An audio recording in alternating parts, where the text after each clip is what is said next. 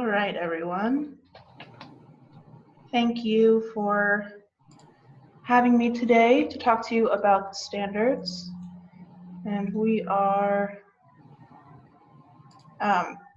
today we are going to talk about the basics about the standards themselves, their format, their general content, and their stated purpose, as well as talk about the small differences between the 95 edition and the new 2017 edition of the standards.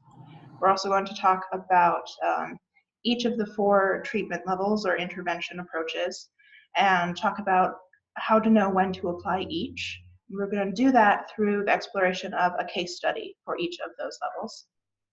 We're then going to explore the limitations of the standards, both the inherent limitations as they're written and in how they're used in day-to-day practice, and then talk about some tips and tricks on how to work with them. So the standards are usually spoken about in a conceptual manner, but at the end of the day, they're a document.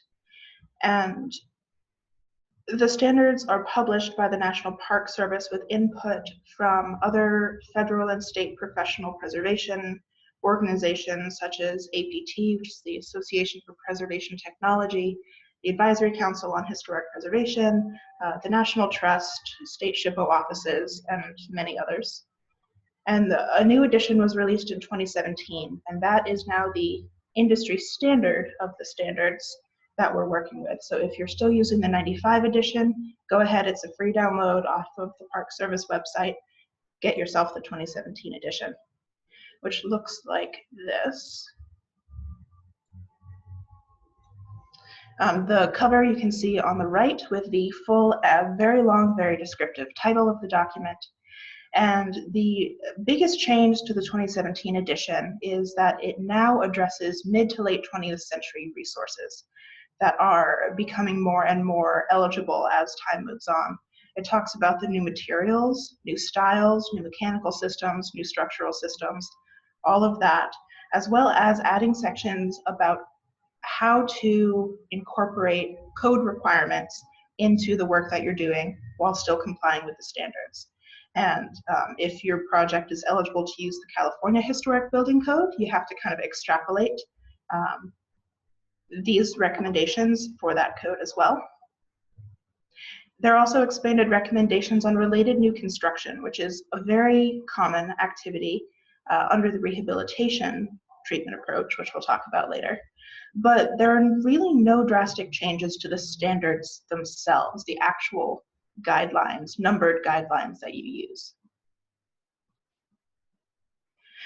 The first part of the document is what they call the historical overview, and it's essentially an architectural history section / informal glossary for features and materials.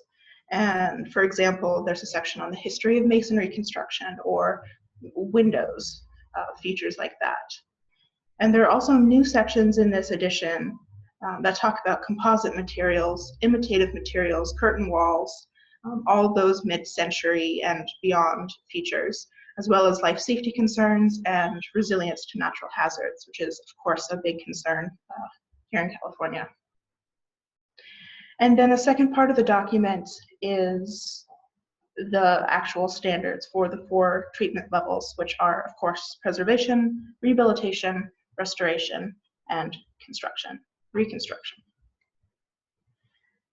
So now we're going to explore each individual treatment approach, and I'll talk about the key aspects and boundaries of each level, how they compare to each other, how to know when to apply each, and then give a case study example of projects IS Architecture has done for each of these levels.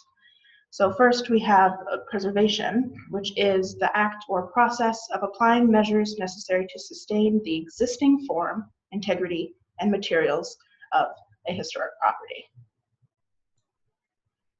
And preservation is the least intensive treatment level, and it focuses on keeping the extant historic fabric there, helping it survive into the future.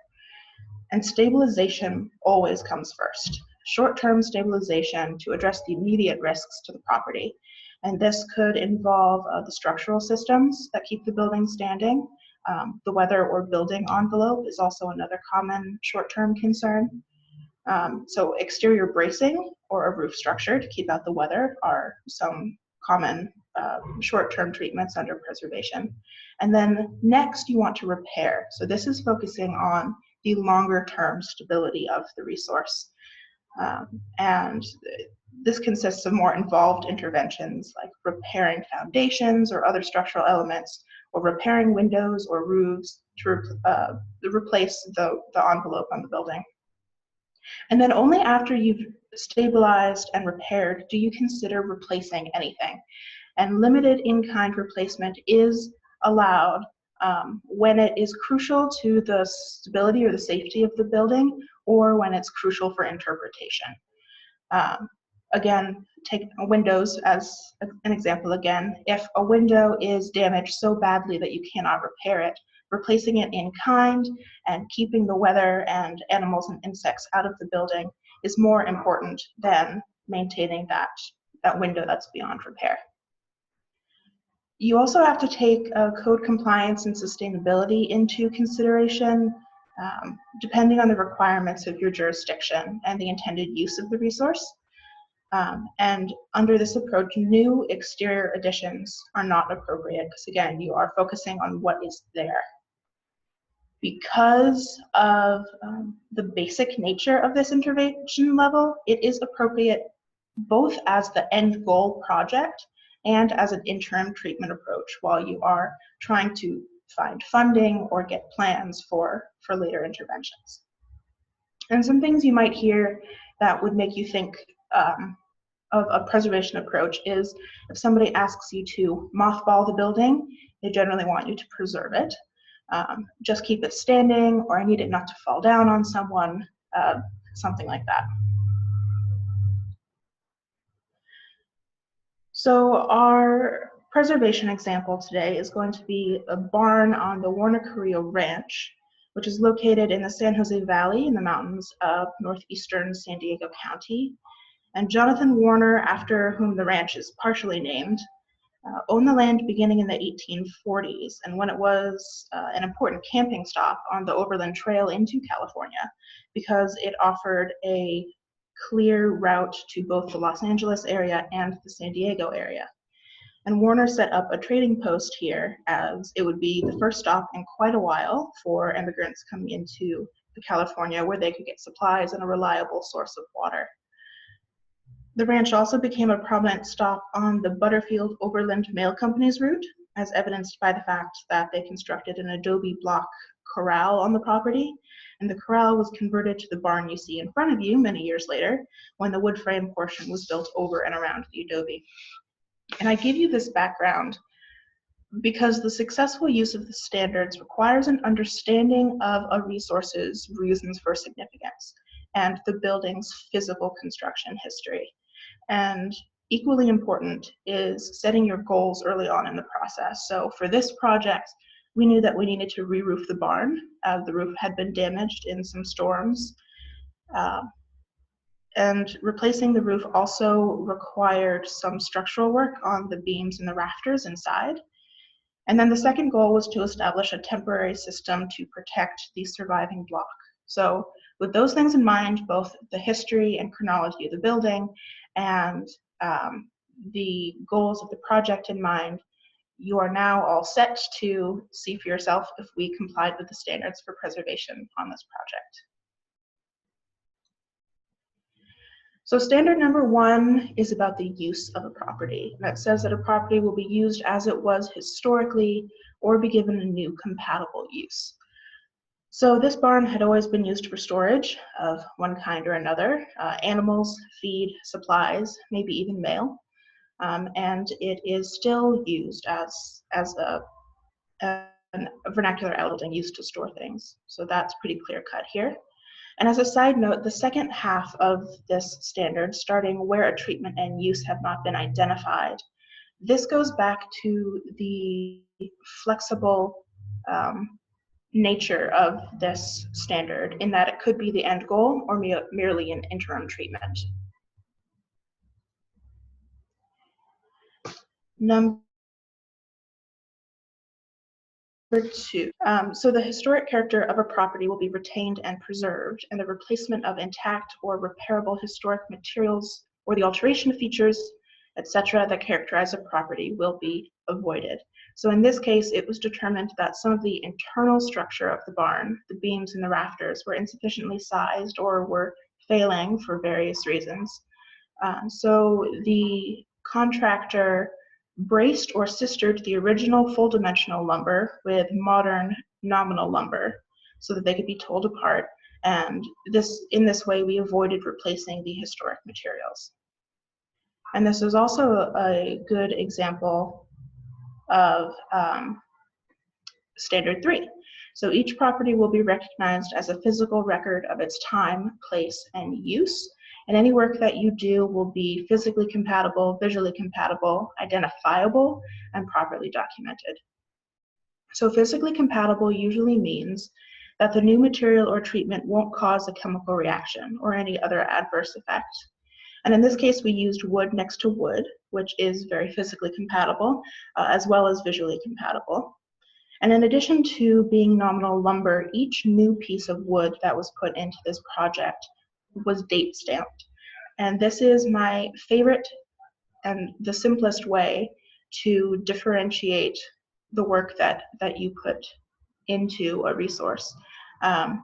Stamp it, brand it, carve it, cast it, paint it on, whatever you need to do, and you'll make a future historic preservationist really happy.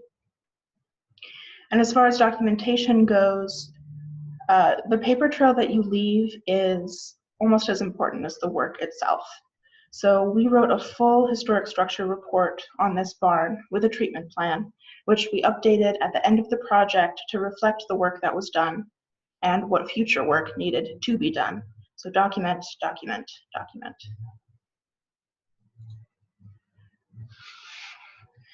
Standard 4. Changes to a property that have acquired historic significance in their own right will be retained and preserved. So the wood frame portion of this barn is thought to date to approximately 30 years after the adobe portion. But both were maintained because both were significant to the history and development of the site, and neither could tell the story of the resource as well alone as they could together. So both were maintained. Something clients always say to me is, look at that, I don't like it, there can't possibly be any craftsmanship involved in that. But the variety of craftsmanship that's referred to under standard number 5 is similar to the type of craftsmanship that the aspects of integrity talk about, in that it is the literal physical evidence of the crafts of a period, of a building type, of a builder or a craftsman. So this door may not be the prettiest thing in the world, unless 1850s vernacular barn is your personal aesthetic, but it clearly displays 19th century construction methods and materials, from the way the boards were planed and cut and put together, to the nails that they used, to the type of hinges. So we left the door as it was.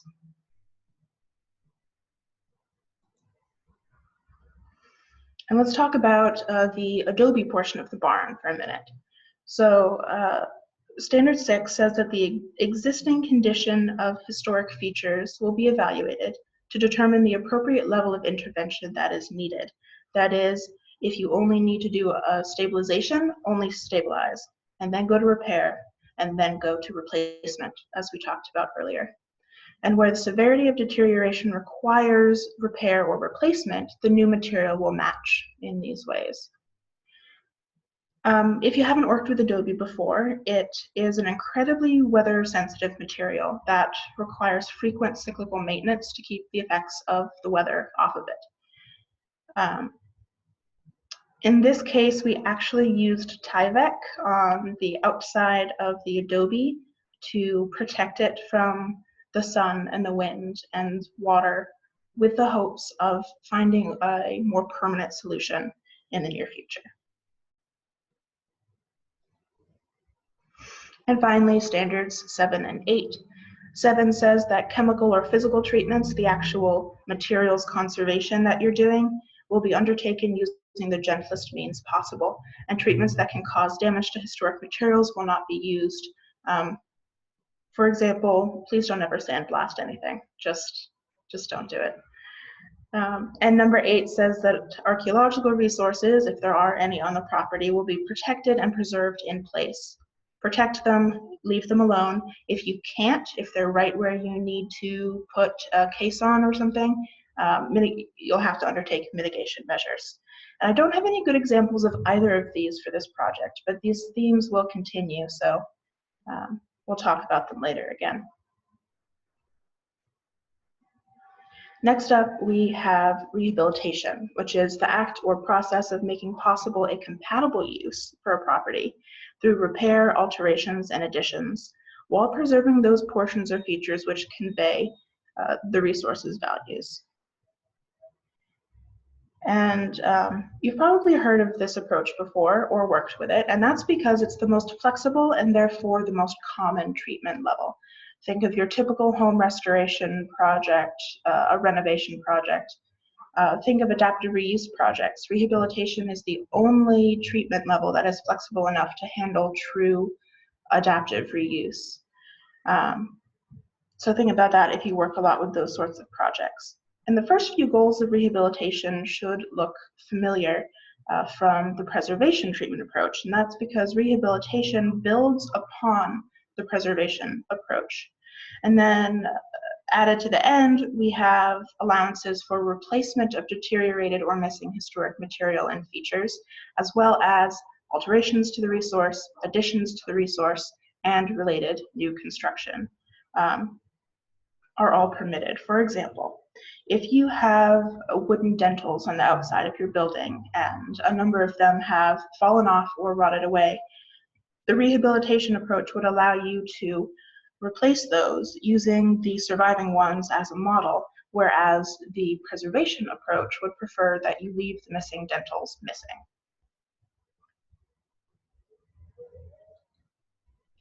So the example that I have for you today is the renovation of a single-family home, which is kind of our bread and butter here. And this is the Joel L. Brown Spec House number 2. And this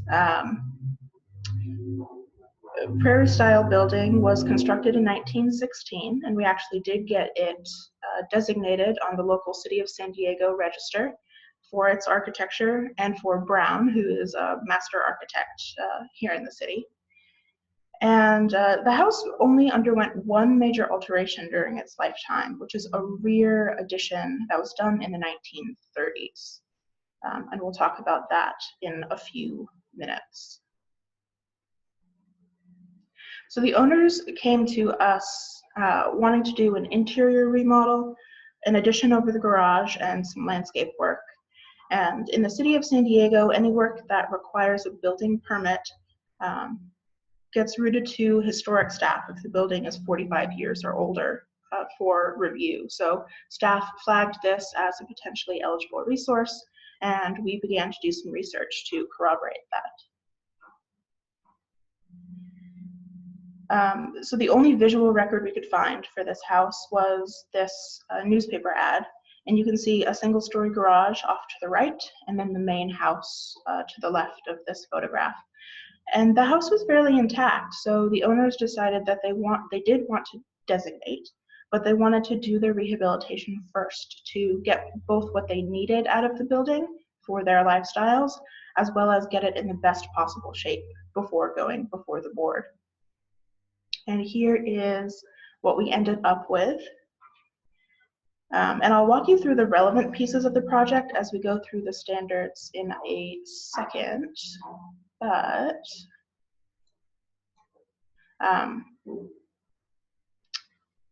let me give you an overview first. So we reopened these porches that had been enclosed.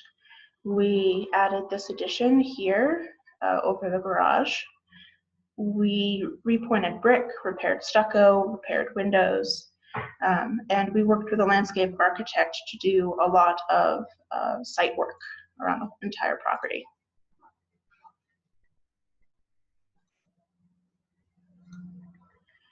So let's go through the standards. The first one should look familiar from preservation. Again, it is about the use of the property. So the property will be used as it was historically or be given a new compatible use. And in this case, this house was originally a single-family home and it continues to be used as such.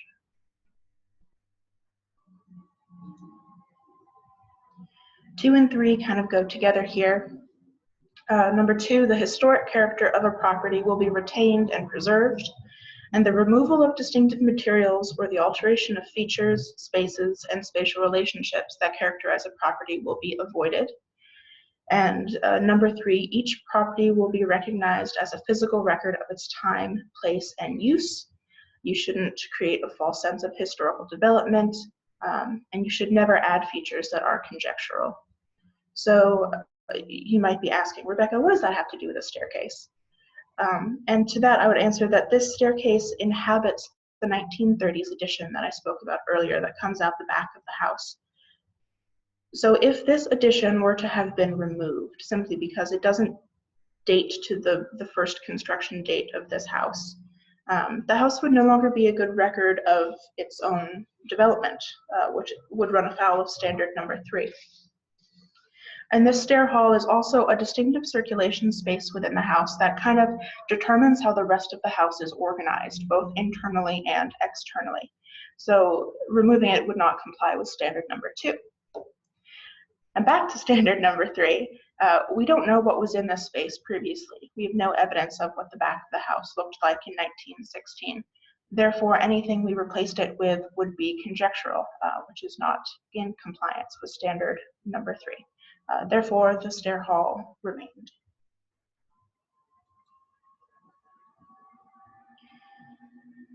And then this is an exterior shot of the addition, which is here, this block here.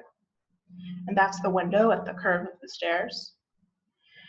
And so this also is a good example for standard 4 that says changes to a property that have acquired historic significance in their own right will be retained and preserved.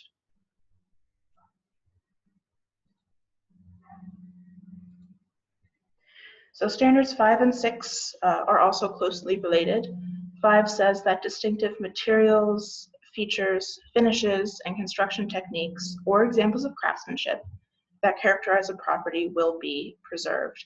And to do this, we reapplied non-integral color stucco in an appropriate texture, repointed the brick with a similar strike profile to the mortar, and maintained all of the carved features on the building, like the decorative rafter tails. And then standard 6 says that deteriorated features will be repaired rather than replaced whenever possible. And if you have to replace them, the new feature will match in design, color, texture, and if possible, materials. So we had to replace a number of the house's wood windows, which we matched in design and material and texture, although we did change the color, we painted them, which was in compliance with standard 6.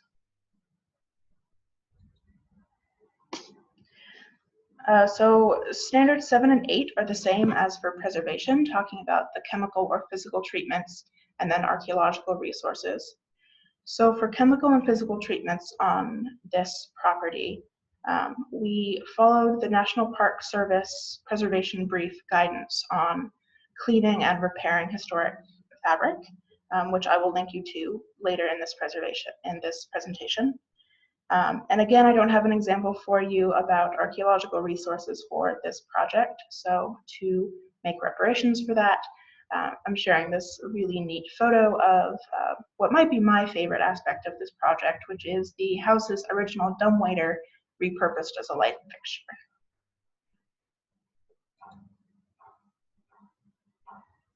So standards 9 and 10 are the big heavy hitters of the rehabilitation approach.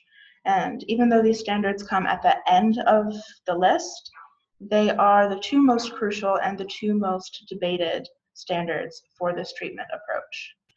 So 9 says that new additions to the building, exterior alterations, or related new construction will not destroy historic character-defining features that characterize the property. And the new work will be differentiated from the old and will be compatible with the materials, features, size, scale, and proportion and massing in order to protect the integrity of the property. So the only new construction on this property was the second-story addition to the garage, which was connected to the second story of the house via an open bridge. And so the key points in this standard number 9 can be distilled down to the rule of thumb that the work you do should be compatible but distinguishable. Some people call it the drive-by test. If a lay person driving by is slapped in the face by the work that you're doing, it is not compatible enough. You are too differentiated.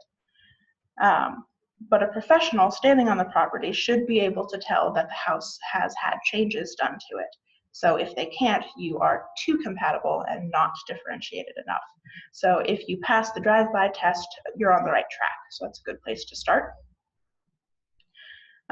So for this project, the decorative rafter tails, we added some to under the eaves on the addition, the second story addition, and they are simplified. So they have the same shape, the same size, and the same spacing as the original ones on the house, but they have a much more simplified profile. They don't have the decorative carving that the original ones do. So upon close look, you can tell that they're not the same as the ones below them on the first story of the garage or on the main house. And then the windows they're double hung wood windows, which you do see on the rest of the house. But they don't have the carved lugs on the bottom of the upper sashes that the original windows do. And the glazing pattern has been really simplified to a 1/1. So that is both compatible with the other windows on the house, but easily distinguishable when you look closely. So there are lots of these sorts of compatible but distinguishable changes on the house, some big, some small, but every addition or alteration or piece of new construction has to pass this test. And this is where people tend to get most frustrated with the standards, because there is no hard and fast in this standard. No hard and fast rule about how differentiated is enough, how much is too much. And it depends on a case-by-case basis. So we'll talk about some strategies about how to work through that later on. In regards to Standard 10, new additions and adjacent or related new construction will be undertaken in such a manner that if removed in the future, the essential form and integrity of the property would be unimpaired. So if in the future, for some reason, these homeowners wanted to take this addition off, it wouldn't impair the historic form of the garage. You'd have to repair the roof, but the historic form of the garage would remain.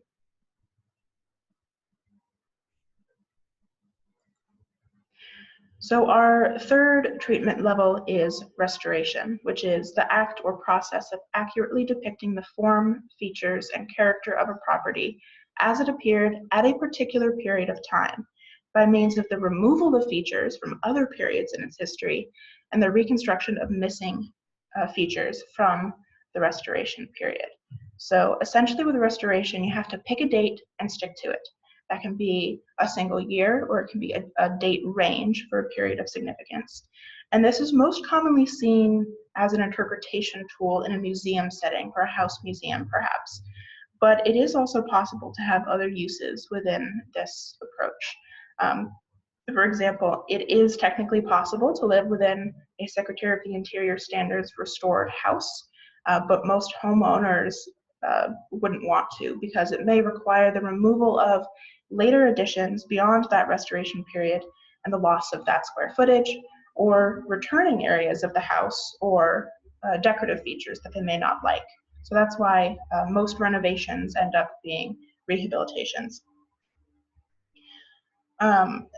The goals of restoration are the same as preservation until you get past down code compliance here.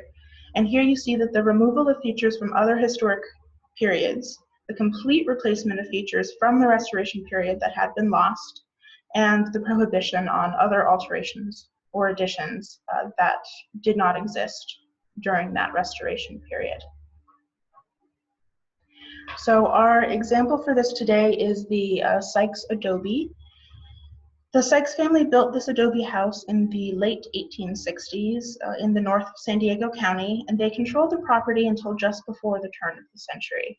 And we first completed an HSR, a historic structure report, for the house, which determined a strange construction chronology for the building. So we we determined that the adobe portion of the house was built first, which you see on the left, and second, a gabled wood frame building was brought onto the property from off-site, we don't know where, and was placed in line with but not touching the adobe. And then third, we had this infill piece, wood framed, that connected the two. So when we got there, the photo on the left that you see is the second part of the house, the gabled wood frame portion. And when they moved in on site, somebody thought that placing a flagstone at each of the four corners was going to be a sufficient long-term foundation for this building, on which point they would be incorrect. So when we jacked this portion of the house up to put in a more proper foundation for it, we saw that certain things started to make sense. The wallpaper on the interior of the sitting room, that was the exterior of this part of the house, went down below the floor level. And a bunch of scar marks started lining up all of a sudden with other scar marks in the sitting room as we lifted this building. So we determined that the house, that this portion of the house had been, in fact, 18 inches higher than we found it, which we were able to corroborate in the archival record once we knew what we were looking for. So when we restored the house to that Sykes family period, we raised the house back up 18 inches and then put our new foundation underneath. So for this house, the appropriate new use was that it is going to be a house museum that interpreted the Sykes family on this property. So that's pretty straightforward here. And then in accordance with Standard 2, we refrained from removing any features from the restoration period and preserved them instead. So here you see some damaged adobe block, and we repaired these and preserved them in place rather than removing them and putting a brand new adobe block in their place. And then jumping ahead to Standard 8, we also complied with the NPS preservation briefs on cleaning and repairing historic materials, again, with these adobe block to avoid harming anything further.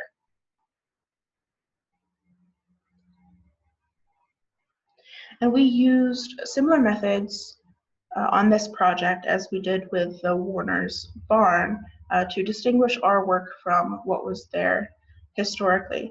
For example, we routed out the bottom ends of the porch boards to give them a narrower profile, but then used nominal lumber for the stability for the floorboards. And this porch that you're seeing is what we found to surround the wood-framed gable portion of the house, the one that we lifted, so we restored that as well. Fourth, we documented everything multiple times. Document, document, document.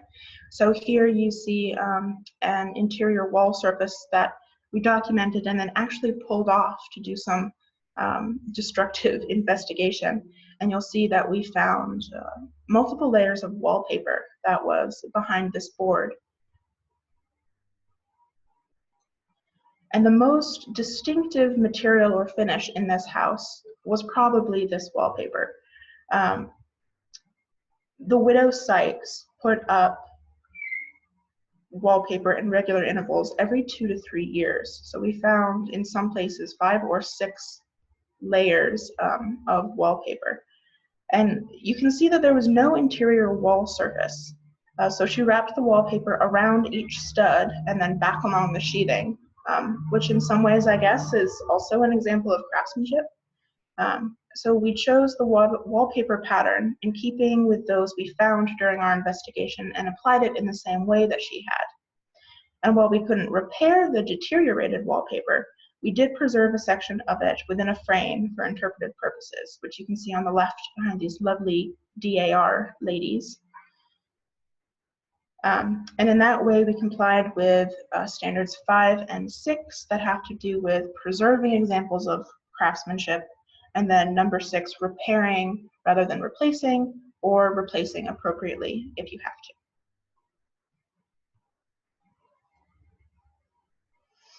So this feature is called a manta or a manta roof. And it's essentially a piece of fabric that's tacked to the ceiling and then lime washed in place of a full plaster ceiling. So we found it in the Adobe portion of the Sykes home, and in keeping with standard 7, which talks about having evidence of what it is that you're restoring before you do anything and not adding conjectural features. We used the archival record in which we found notes on the purchase of the fabric to samples of the surviving fabric that we sent to a fabric conservation specialist, and she helped us select the appropriate replacement material. And we then tacked it up along this line that existed as scar marks in the plaster, and then lime washed it with a period appropriate solution. And we went through all of that so we didn't run afoul of part of standard 7, which states that you cannot add features that never existed historically. So while some Adobes of this period might have open rafter ceilings or plaster ceilings, this Adobe had a fabric ceiling, so that's what the restoration got. So we talked about standard 8 up with standard 2, so we'll skip down to standard 9. And finally, I get to give you an example of archaeology. So this blurry photograph is a photo of the project's archaeologist pointing out an earlier packed dirt floor that existed before the restoration period. So since we weren't going to restore that packed soil floor, we covered it right back up and didn't disturb it again, which satisfies the standard. And finally, standard 10 was satisfied by the very intensive physical and archival investigations that we undertook to make sure that what we restored was actually what was there between 1868 and 1899. And here is the final product of the full restoration. And the project was complete in 2004, where we had a grand reopening and dedication ceremony. It was very nice.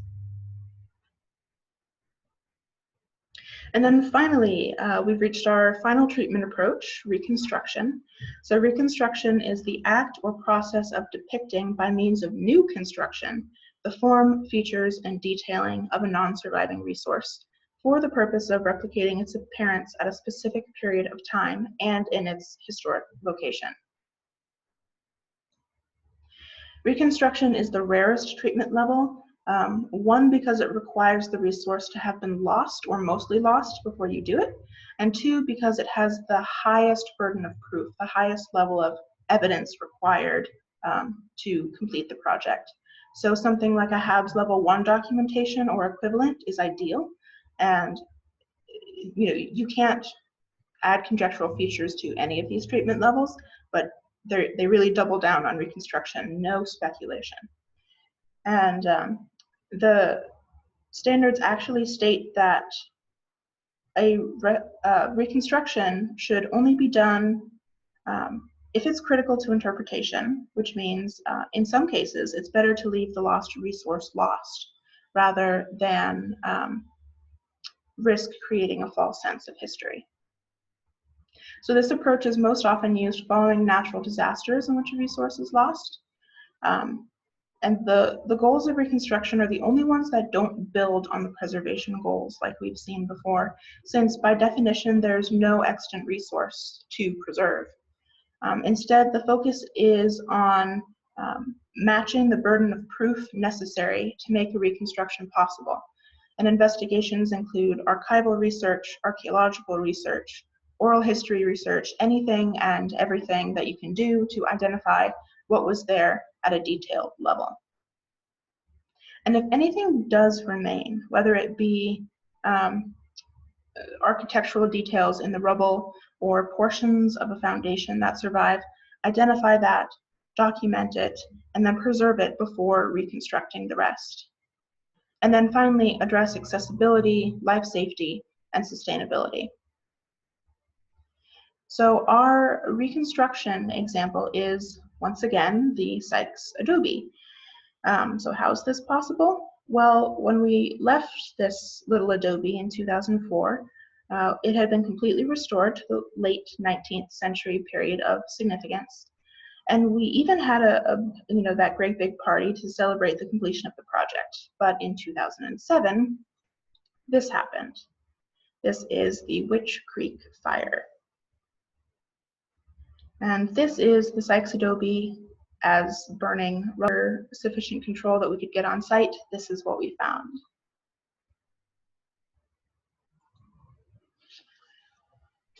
And the Adobe portion of the house was a partial ruin. The Adobe block, which was never meant to be fired, had been partially fired in blotchy sections. And by the time we got on site, it was actually spalling the partially burned crust that had formed. All of the wood had completely burned, along with Mrs. Sykes' precious wallpaper, and the windows had been blown out, of course. The replacement foundation for the wood-framed portion of the house, which you can see in the foreground of the left picture, had survived because it was concrete. So first, we followed the goals of restoration and preserved what little did survive, which in this case was actually quite a bit, all things considered. And we protected the exposed adobe as best we could with a roof covering over the top edges of the wall, and then a second structure halfway down to protect the lower portions of the wall. And then we braced everything to keep it standing while we did the rest of the work. And there was actually a previous step that we took more immediately, and I'm sorry I couldn't find a good picture of it, because we literally took clear plastic wrap, like you would wrap big pallets with, and wrapped the entire house just to keep it standing. So desperate times call for creative solutions sometimes. And when we set to work reconstructing the house, luckily we had full drawn documentation, including floor plans, elevations, sections, and details from our HSR documentation. So we didn't need any conjecture to put this house back to rights. So Reconstruction Standard 2 calls for archaeological investigation to help determine what was there, which we had already done with the restoration, so we had that information at hand. And then Standard 3 calls for the preservation of anything that did survive, which we did. We carefully removed the partially fired crust on the adobe block and repaired it with evidence-supported adobe mixture. Luckily, we had done some materials sampling and testing during the HSR phase, so we knew what needed to go back.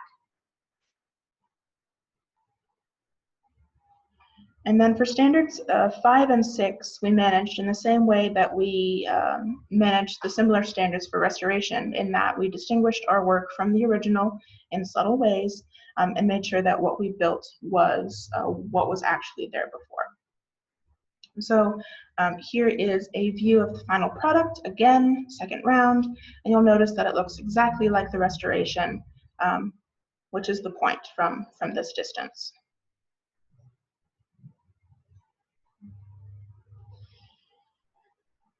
And then some supplemental guidance for you. So here are the National Park Service preservation briefs that I talked about earlier that have material and feature-specific preservation and conservation guidance. For example, how to repair wooden windows or removing graffiti from historic masonry.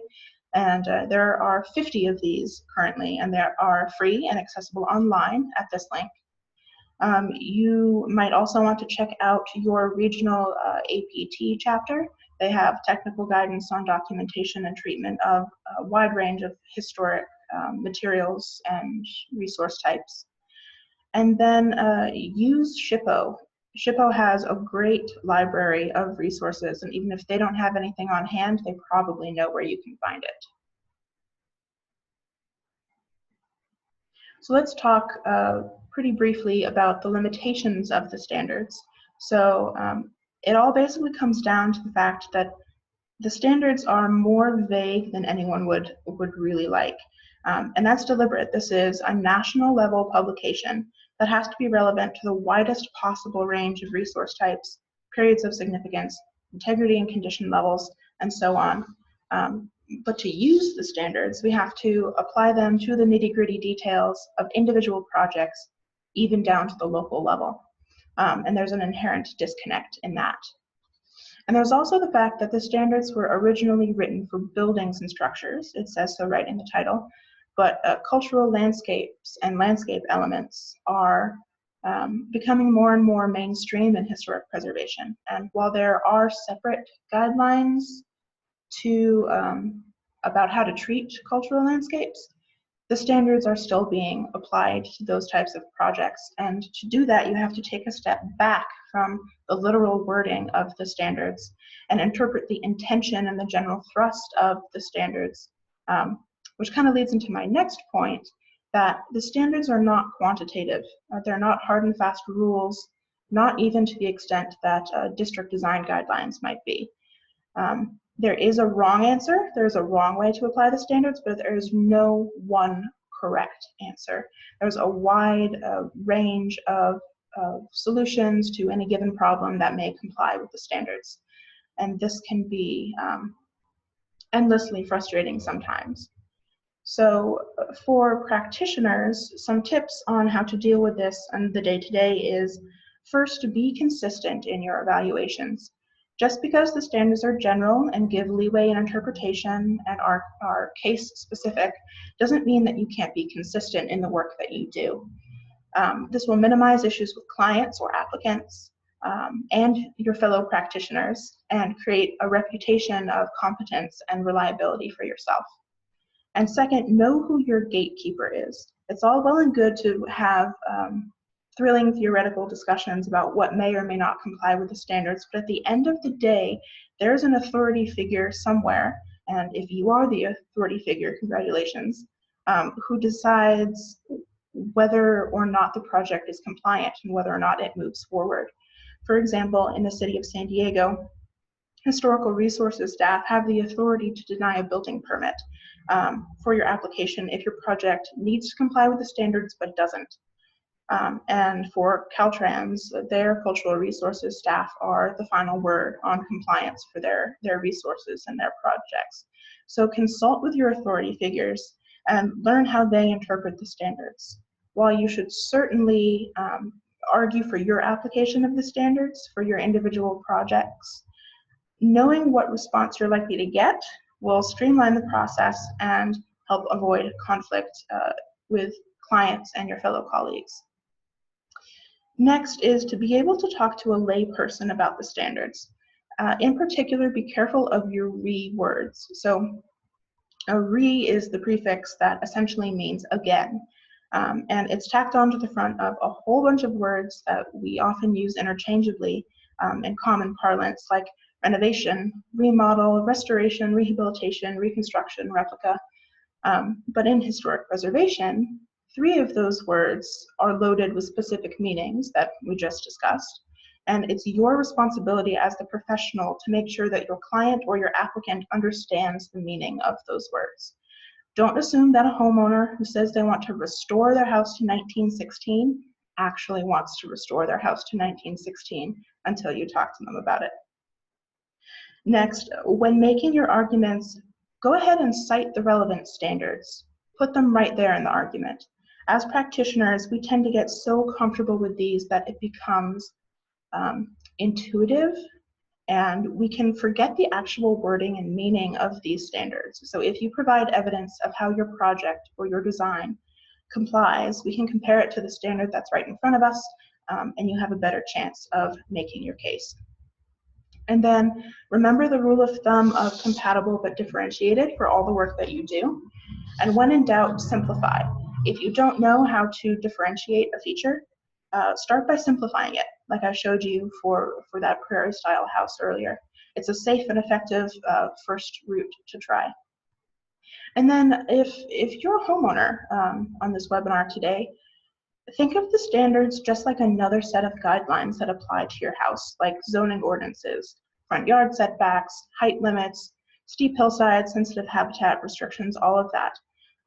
They can be a pain to comply to, but they are equally valid and equally valuable to your property. And then the benefits of designation, which is where I usually encounter the standards in my practice, outweigh the inconvenience of designing to the standards. So design to the standards and designation both increase property values, maintain neighborhood character, allow for future designation if you're not already, and if your locality has adopted it, it makes you eligible to apply for the Mills Act in most cases. Also, if your home is 45 years or older, think about historic eligibility before you start your project. Keep it in the back of your mind that you will need to confirm your house's eligibility before you do any major work or any permitted work. And when you're selecting your architect or your designer or your contractor, etc., ask if they have experience working with the standards and historic properties. It really can make all the difference in your process, your permit processing, and the final product. So that wraps us up for today. This is my contact information. So go ahead and send me an email if you think of another question after we leave here, or if you just want to talk about historic resources. I'm always up for that. So thank you for having me. Thanks, Rebecca. We had a few questions come in during your presentation. So while I'm queuing these up, I just encourage people to either use the Q&A box or raise their hand or use the chat box to ask a question. I have all three open here, so you can use any method that you wish, but I'll make sure that it's passed on to Rebecca here. The first question we had was from username with the name Council Chair. It looks like City of Arcata, and I'm going to enable their voice because they raised their hand. So I'm going to try this out. If it doesn't work, I'll just ask the question for them. Okay. All right. So Arcata, I've enabled your voice, but all you have to do is unmute your microphone. So maybe I can do that for you. It looks like you don't have a microphone attached. So their question was on the Sykes house, were the porch hand railings added as code requirement, or were they really there originally? The evidence that we have said that there were hand railings there, but we did raise them up a little bit to meet code requirements. Okay, great. So I'm going to close that. Another question that came through was, it was during the course of your presentation. I didn't want to interrupt you, but the question was, are you able to tell us the paint color that was used for the exterior body of the, I think it was the prairie style building that you presented earlier in the presentation? Ooh, not off the top of my head, but I can probably get it to you if you send me an email. Okay. Another question was, we've had some situations where people have original light fixtures in historic buildings, but they have also replaced some with period pieces that are not original to the house, but fit with the original style. How does this fit with the standards, and isn't this considered conjecture? Well, that's an interesting take on it. I don't know that I would look at it as conjecture unless it looks like if they were trying to copy the originals, then they just need to be differentiated in some way. If they are clearly differentiated in that they're not the originals, I don't know that it would be conjecture. I think that would be an example of differentiation. I think I'd have to see them to be more specific than that. Okay. Then another question was for the Sykes house, what is the reasoning for allowing a concrete foundation? Stability, mostly. We're in a high seismic zone, so we were able to we needed something more sturdy than stacked stone. Great. I think I'll ask my own question just to kind of kill some time and give some people some time to ask their questions. It looks like I've gone through everything from the Q&A box and the chat box, but I had a question that came up as I was watching you, really about historic districts and how the standards apply to districts, because it gets a little more squishy with that when you're talking about things like, especially when it comes to things like compatibility and differentiation, and when you're talking about conjectural features. What I typically see in a lot of districts is the architect designs a building to make it look a lot like everything in the neighborhood, to the point where it almost, if the layperson walks by, they may think that it's a historic building. And I'm not sure if that's the direction we want to go as preservationists. But then also the architect is probably sort of caught between a rock and a hard place, because if they design a very contemporary building within historic districts, that would be against the standards because it has to be compatible. So maybe you could comment a little bit about how the standards would apply to a district, especially something like an infill project. Yeah, so that is a really squishy subject, and it does depend on whoever is reviewing it, of course. But the best infill that I've seen goes back to that rule of thumb about simplifying. So say you have a residential district that's mostly high Victorian, Queen Anne type resources. You can have the general massing and the general shape and the materials and the window types and the door types and the porches. But by simplifying all of that decoration down, you can differentiate enough from your neighbors that it's okay. Now, completely flipping that on its head, I've also seen good district infill that is more along those contemporary lines and fits into the district in that the massing is similar, the scale is similar, the materials are similar, but you couldn't mistake that for a Victorian if you tried. So again, there's no one correct way to go about it. I tend personally to like the simplified versions of other things that are in the district better than the contemporary infills. Great. A few more questions here from the audience. Stephen is asking, some have inquired about the safety of lead coming in historic art glass. I've always held that in the presence of atmosphere, lead skins over, and if undisturbed is safe. The historic Padre Hotel in Bakersfield removed leaded glass windows on the pretext it was a safety matter. Do you think this was necessary? And you said that was a hotel where they replaced it? Yeah, it looks like the historic Padre Hotel in Bakersfield. Okay, so most hazardous materials are not hazardous until you disturb them. So that's the case with lead, that's the case with asbestos, on and on. I think in the setting of a hotel, you never know what people are going to be doing. And there's no way to, stop a small child from licking your window. In other settings, or if those windows weren't accessible, then maybe you could make a case to keep them. But then you also have to think about things like safety. Is that leaded glass isn't going to stop someone from falling through. So there were probably more aspects to it than just the hazardous materials. Okay.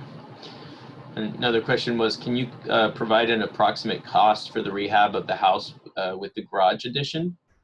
The Prairie, again, not off the top of my head. I can get you a ballpark, maybe. We generally don't like to disclose that information. Right, yeah. Okay, I'm going to give people a final opportunity. We do have plenty of time here, so if you have any questions, please continue to type them in the Q&A box or the chat box. I'm following them right here. Maybe while we're waiting here, one just popped up, it looks like, so I'm going to ask that.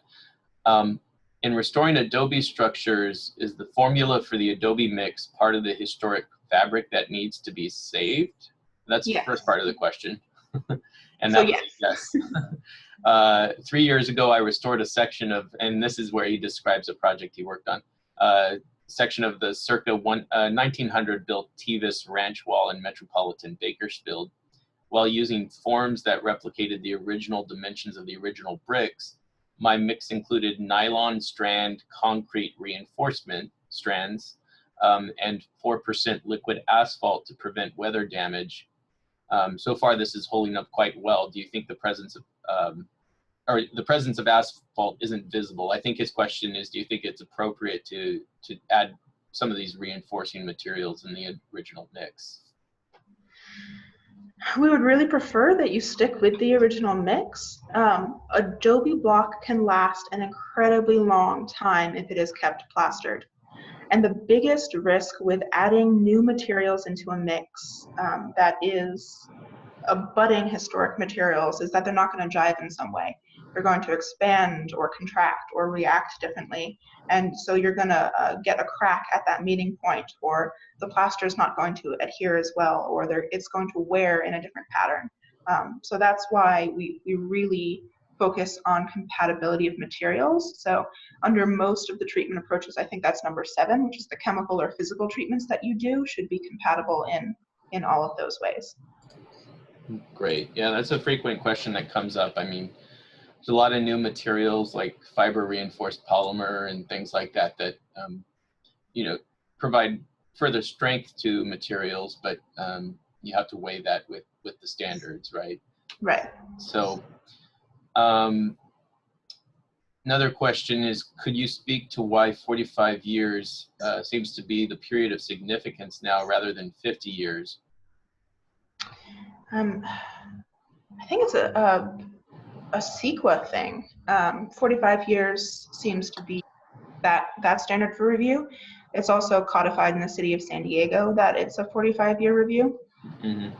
And there's also the caveat that most localities want to give themselves a buffer to catch things before they become immediately relevant. So if you take 50 years and then give yourself a 5-year buffer to make sure you identify everything, all of a sudden you're at 45 years. Okay, great. Second part of that question was, do you think, or I think the question, I'm going to go back to it just to be clear I'm asking the right one. Can a local jurisdiction establish their own period of significance? And I think that's certainly true, right? Yes, just like most federal regulation, you can exceed it. Actually, the city of Coronado, I think, has a 75 or an 80-year threshold for local significance. Mm-hmm. Interesting. Another question is this. Just a comment. Structure is clearly. Oh, I think Stephen commented earlier to his comment about the Adobe structure he worked on. I guess he says the structure clearly is historic, but Kern County has no historic preservation ordinance. So if a jurisdiction doesn't have an ordinance, what would that default to? I'm assuming if it's designated, it would have to be designated at the state level or the national level. Right. Yeah. So you have sort of 2 local levels depending on whether you're incorporated into a city or not. So that's your city or your county, and then your state or your national. But whether you're at any level, generally the localities choose to apply the standards. Definitely at state, definitely at national. Some localities have more specific guidelines that build upon the standards. Mm-hmm. And if you don't have any sort of ordinance or anything, we thank you for preserving your Adobe anyway. Yeah, and encourage you to look into developing an ordinance as well. Definitely. So I'm going to answer that one. In instances where homeowners are rehabbing windows, is it acceptable to use simulated / falso divided light windows in place of true divided lights? I think my answer to this is going to be predictable, but we prefer that you do true divided lights. Some reviewers may allow simulated divided lights, and in some case that's a cost concern for construction of the windows. Sorry, I've got a colleague here. When you do custom wood windows, can you get simulated divided lights? Yeah, okay, so yeah. We'd prefer you do true divided, but simulated is better than nothing. Okay. Answer that one. Can you provide specific examples of both contemporary infill as well as simplified infill? Specific examples like street address and photos? Sure, send me an Yeah, I'm sure she can work with you by email maybe and provide some examples. I'll try to share. You mind me sharing your contact information with the attendees here? No, go ahead. Oh, okay. Yeah, it's right up on the screen now, so. Oh, okay. I wasn't even looking at that. Please elaborate on the replacement of the windows and doors of the Prairie style rehabilitation. There's no sort of follow-up question. I think they just want more info. Yeah. So there were a few windows that were so damaged that they were beyond repair. Repairing them would essentially equate to replacing them. So we chose to replace them instead, and we worked with a local window shop who has a great track record with historic windows. And they used the historic window as a template and essentially created a wood window. We put modern glass in it, which is one of the ways we differentiated it. But at a quick look, they look and they operate just like the historic windows do. Okay. Well, this is probably the most active Q&A period I've ever had. So I'm just going to continue to the next question. We recently had a new owner remove windows from their historic structure without consulting the city. We are now requiring an evaluation by a historian. We've advised the vinyl windows are unacceptable and the historian should consider replacement with similar style and material. Is that appropriate, or should we require differentiation? In the case that you are replacing what was taken out against regulation, you're going to want it to be pretty close. You should still differentiate. Think of it as sort of a partial restoration. This is a lost feature, unless they have those windows lying in their crawl space somewhere, in which case put the original ones back. Mm-hmm. Okay. Now, I'm going to ask another question of my own, since we still have about, looks like 3 minutes. Well, actually, technically another 15 minutes. But my question really is in regards to differentiation, because it looks like there are some regional differences in how either jurisdiction or the gatekeepers that you referred to, how they consider something differentiated enough. And it seems that there are regional differences in how a local jurisdiction interprets, especially when it comes to standards 9 and 10. And my sense is that San Diego seems to lean more on the side of being closer to compatibility and not as accepting of, actually, I may be wrong on this, because I've seen some really interesting contemporary buildings in historic neighborhoods in San Diego. But what's your take on, I don't know if you do work outside of the San Diego region, but what's your take on these regional differences, and what is a good example of a community that you can think of that does it well? I don't know that they are regional differences as much as they are, again, it all goes back to those gatekeepers, those authorities who are determining what complies. So for the city of San Diego, we've had the same historic staff in place for a number of years. So you're going to see a certain consistency in reviews and approved projects that come forward. But if tomorrow we were to have a whole new staff, you'd see that change, which of course the community wouldn't be happy about, and there would be some pushback maybe. But I don't know that it's regional so much, that it really gets down to person by person. Overall, I think San Diego does a pretty good job. And it helps that we have very active preservation groups, local preservation groups that are included along the way in the process. So there's a lot of feedback that goes into every project before the reviewer gives it a thumbs up or a thumbs down. Great.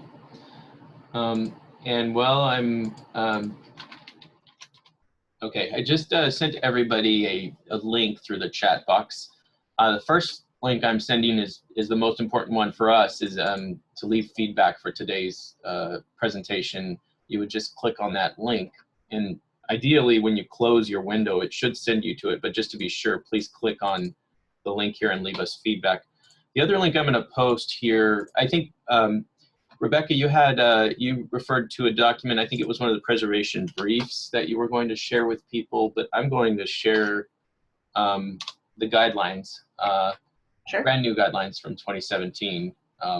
So I just pasted that into the link. It's the second link, and that should help sort of expound on some of the points you made today, Rebecca. But is there anything else you want to share with people?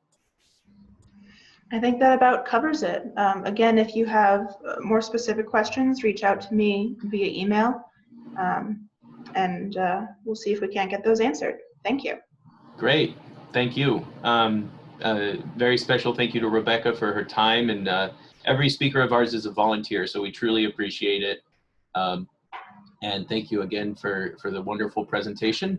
What I'm going to do is leave my screen up. I'm going to disable my video, and Rebecca is free to do the same. But in the meantime, while the screen is up, please do leave us feedback and let us know what you thought of today's program. And I do encourage you to join us for next week. We have a program on the California Historical Building Code, which I think every preservationist should know. More importantly, every building official should know.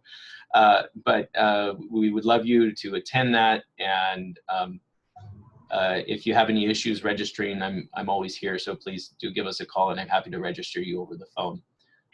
So have a wonderful rest of the day, and please do check back our website for future programs. We have another 12 or so programs this year. So thanks again for your time, and I'm going to leave this webinar up and mute myself.